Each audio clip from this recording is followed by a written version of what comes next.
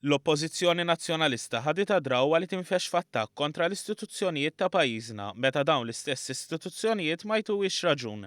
Fost l-aktar riċenti għam l-attakk fuq l-awtorità tax-Xandir meta din tal-aħħar ma tatx raġun lill-Oppożizzjoni dwar il-messaġġ tal-Prim Ministru għas-sena ġdida. Dan stqarru l-Ministru għall-Ġustizzja u l-Kultura Owen Bonnici meta kien qed jindirizza konferenza tal-aħbarijiet quddiem l-awtorità tax-Xandir. Il-Ministru Bonnici qal li l-istituzzjonijiet tal-pajjiż għandhom jiġu rispettati anke meta ma taqbilx magħhom, hekk kif qed jagħmel il-Gvern preżenti li rrispetta r-rapport tal-Awditur Ġenerali u ntrefet responsabbiltà politika. Huwa kompla jgħid kif id-Deputat Nazzjonalista Claudette Buttigieg attakkat imħallef li kien qed jagħmel investigazzjoni fuq iċ-ċimiterju tal-Addolorata u ċimiterji oħra.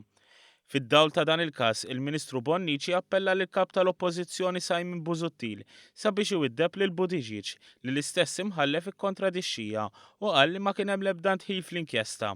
Bonnici fakkar ukoll kif l-imħalfin li mexxew l-inkjesta indipendenti dwar il-każ tax-xufier tal-eks Ministru Manuel Mallia ukoll kienu nnotaw li kien hemm pressjoni politika mhux xierqa li ma dħil kien sar mill-Partit Nazzjonalista. Min-naħa tagħha l-Ministru għad-Dialogu Soċjali, Affarijiet tal-Konsumatur u Libertajiet Ċivili Helena Dalli qalet li sa mill-bidu tiegħu dan il-Gvern ħassib li jżid u jtejjeb id-drittijiet. Drittijiet li huma salvagwardjati minn istituzzjonijiet li huma maħsuba wkoll biex iżommu l-bilanċ. Hija żiedet tgħid li l-attakki bħal tal-Partit Nazzjonalista huma ta' theddid tad-demokrazija għaliex inaqsu l-kredibilità tal-awtoritajiet konċernati. Il-Ministru Helena Dalli temmet tgħid li l-Partit Nazzjonalista għadu ma tallimx mill-passat hekk kif dan it-tip ta' attaġġjament kien sar ukoll fi żmien l-eks Prim Ministru Edefen Akadami li kien attakka l-Ombudsman li kien qal li biex tidħol fl-armata trid għajnuna politika.